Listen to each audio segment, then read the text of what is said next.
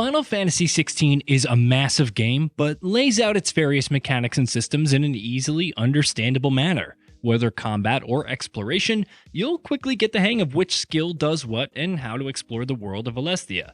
However, there are a few things to remember, especially during combat. You'll likely pick up on these as you get into more and more battles and find a proper flow and rhythm. The most important thing is to try out different skills freely. After all, they can be refunded and reassigned without penalties. Without further ado, here are 15 tips and tricks that you should know when playing Final Fantasy XVI. Animal Instinct.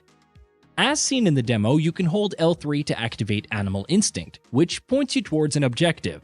Once you get Torgal, pressing L3, which doesn't work while moving, so you'll need to stop, will see him move towards objectives. There will also be a little helpful marker indicating its location.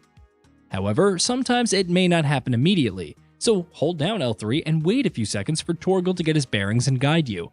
It may seem trivial, but given how dark some areas can get, Animal Instinct is good for spotting that one door. Another use for it is the more story-focused stages. Find a path that splits off, but you don't want to miss out on an item or material. Use Animal Instinct to find out which direction your objective is, and then explore everywhere else for loot. Check for gear before crafting. Sharon is a merchant in the Hideaway who supplies you with weapons, armors, accessories, and even potions. Blackthorn is the blacksmith who will craft or enhance items if you find the requisite materials. You'll be informed when Sharon has new goods or if a new crafting recipe is available at Blackthorn as you progress through the game. However, before going straight to Blackthorn for better weapons and equipment, check if Sharon has them first. You can purchase them with Gil and then enhance the same weapons and armor at the blacksmith just to save any materials necessary for crafting them in the first place. Of course, Sharon won't have everything, so it's best to check them before crafting or enhancing anything. Also, don't sell your weapons. Some serve as materials for crafting better swords as you progress throughout the story. Enable target follow. As anyone who played the demo will tell you, enable target follow. Go into your settings and navigate over to the camera tab. Scroll down in the menu and turn it on. Target follow will essentially track a locked-on target when it goes off screen, so you don't have to reorient your view with the right stick each time this happens.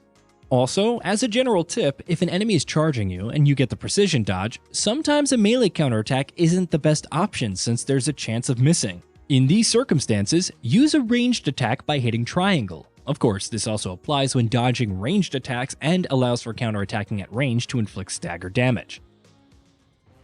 Mixing iconic skills. Each iconic skill has different ratings for attack and stagger damage. Some are better suited for damaging health, while others aren't but can reduce the enemy's will gauge faster thanks to their stagger damage. However, there's more to it than that. You'll also want a healthy mix of skills for clearing out groups of enemies and single target damage. Some skills also have unique properties, like Heat Wave.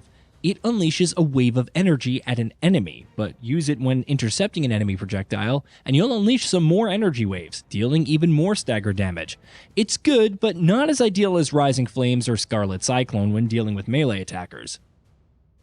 It may seem tough to juggle all this, but there are multiple attack options, so you'll find something that suits your playstyle. Accessories. In addition to equipping a sword, vest, and buckler, Clive has 3 accessory slots. These can increase your attack, defense, and health initially. However, you'll soon find accessories which increase skill damage, reduce their cooldowns, etc. While increasing their potency of skill is great, you'll eventually find accessories which can increase gil, XP, and ability points earned. Grinding isn't necessarily something you have to worry about, especially if you do the odd side quest here or there. However, if you want more AP or gil, especially when clearing up side quests, balancing the damage increases with the other benefits accessories can provide is important. Don't worry about side quests. Side quests offer many things like XP, gil, and renown, which can be redeemed later for various bonuses. They're not particularly difficult either, so you can get many done quickly.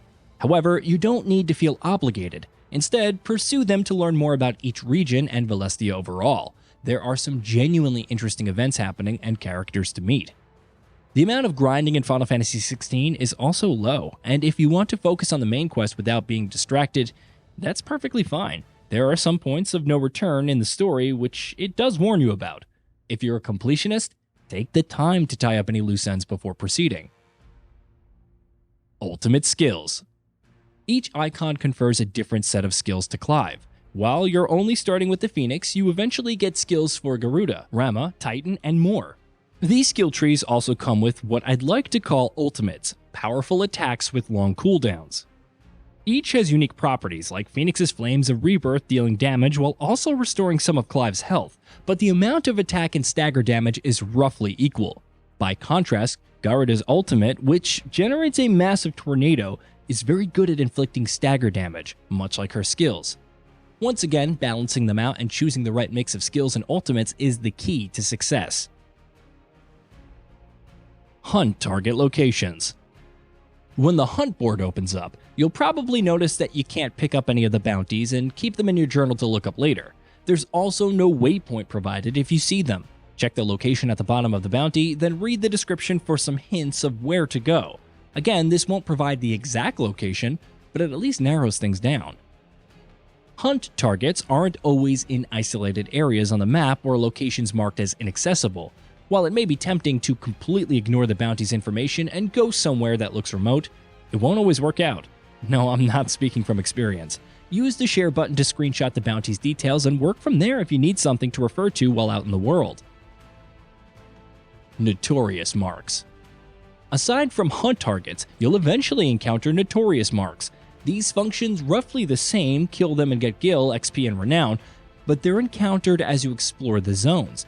Best way to find a notorious mark? Examine your surroundings for enemies that you may not have fought in that zone, as they'll stick out like a sore thumb. Upon closer investigation, they'll reveal themselves as notorious marks. Level differences. Speaking of hunts and notorious marks, there are times when they may be several levels higher than you. Based on my experience fighting a hunt target about 5 levels higher, it did a decent amount of damage, but nothing ridiculous, like half of Clive's HP in a single hit. Their health and defenses also weren't ridiculously bloated. However, they were a B rank target, which is not the toughest in the game. Also, how you've built your character, which skills you're using, and so on may result in different damage outputs. I didn't find any of the level differences to be that punishing, but your mileage may vary.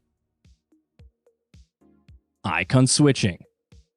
In combat, switching icon skills is done by pressing L2. As you equip more than just 2 icons, you'll quickly notice that some combos and abilities become a little tricky, because you can only cycle forward in the sequence of icons equipped and not back. You also can't immediately choose the icon's ability to use, so if you're on Phoenix's skills and need immediate access to Titan, who is positioned 3rd in the sequence, you need to hit L2 twice.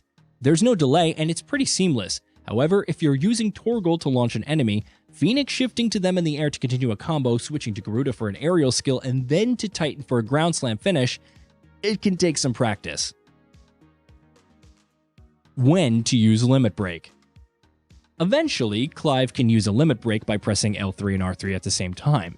It's represented by a bar beneath your health, with segments that turn orange when filled. Instead of unleashing a single powerful attack, Clive will enter a powered-up state, which adds more hits to basic attacks and, based on my limited testing, increases the damage of other iconic skills.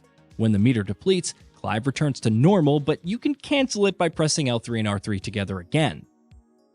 While Limit Break can be good in an emergency for regaining health, it's best unleashed on a staggered opponent. When they're staggered, activate it and use a technique like Flames of Rebirth or Rising Heat, followed by any other strong single target skills, for massive damage. Another strategy is to activate Limit Break and then a powerful skill on a partial stagger. Once the enemy recovers, deactivate Limit Break and keep damaging them until they've fully staggered. Abuse stagger times. When enemies are staggered, they'll be stunned and take increased damage from attacks for a set period. The amount of time is denoted by their will or stagger gauge, which you can see slowly recovering over time. However, there is also a way to abuse this. Activating an ultimate skill like Flames of Rebirth will cause the enemy stagger recovery to pause, letting you deliver massive amounts of damage for free. It also works with partial staggers even though there's no visible gauge. There's still a recovery period, which also gets paused when unleashing an ultimate skill.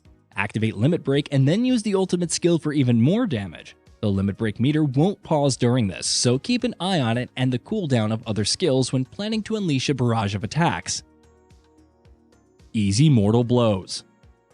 Mortal blows are finishers that Clive will automatically execute on regular foes when they're down. Knocking them down is easy, using a basic combo followed by a magic burst at the end, or even commanding Torgal to launch an enemy does the trick. If you use a skill like Heat Wave, hitting everyone in a line, you can then use Phoenix Shift over and inflict mortal blows on at least 2 nearby enemies before they actually get back up.